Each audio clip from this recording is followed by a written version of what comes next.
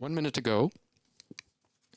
Half a minute to go, I should say. You're watching Arianespace's Vega, flight number 4, launching IXV for the European Space Agency. You can watch it all on the internet. Attention pour les décomptes finales. Final countdown coming up. You hear the DDO call out the numbers. 10, 9, 8, 7, 6, 5, 4, 3, 2, 1. Top. Allumage P80, décollage.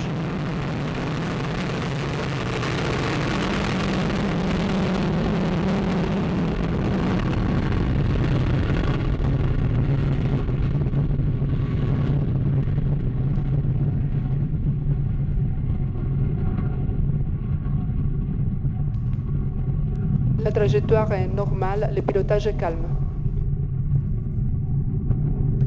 Tous les paramètres à bord sont nominaux. Well, you saw Vega rise. You saw Vega rise like an arrow, surprisingly fast if you're used to watching Ariane 5. 4 seconds, I think it took, before she cleared the pad.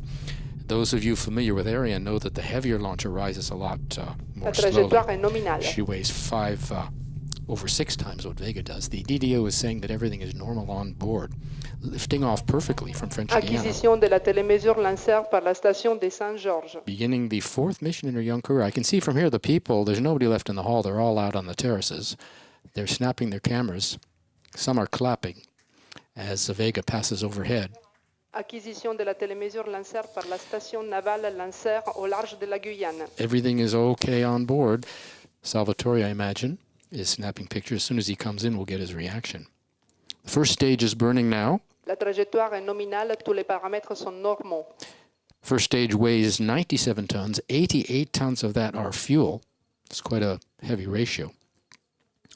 The first stage is produced near Rome at Colleferro, then delivered to the French Guiana propellant plant here, where it's loaded with fuel, and then transferred to the booster integration building.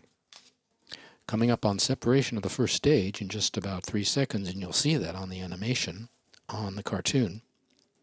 Séparation P80. There, the DDO has called out. Right on time at 53 kilometers up and at 1 minute and 53 seconds. You see the ignition of the second stage.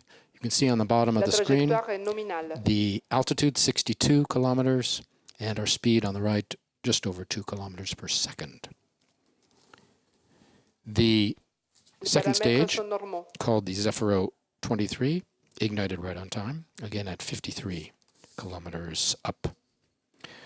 In about a minute, we'll have separation of the second stage. Then 30 seconds after that, the fairing will be jettisoned. You'll get to see that. Everything is functioning flawlessly on board as the DDO Laura Apollonini says, calls out the numbers. Then in about 6 minutes and a half into the flight, we'll see separation of the last solid stage. Well, Salvatore has returned. He's beaming. What did you see out there? Yes, Joshua, it was really fun. Yes, Joshua, it was really fantastic. Wonderful view, not many clouds. We could see it up to very high, very bright light of the engine, and then the sound coming up after a few seconds after seeing it going up. Really exciting. What was the most impressive? The sight of the sound? The light was really bright. I mean, the P80, the first stage flame was really incredible. All right.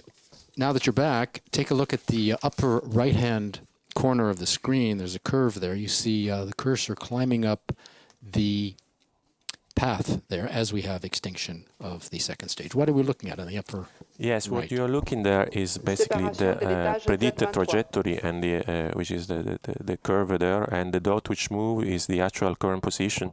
So it means that if you see the dot on the curve, everything is nominal and as predicted. Because I think we have 2 flight paths superimposed one on the other. We have the optimal flight path, and with that is the actual. The actual one, yes. So as long as we're one on top of another, we're right where we should be. The DDO has just called out the ignition of the third stage, and there you saw the separation of the fairing, revealing the reentry demonstrator to the elements.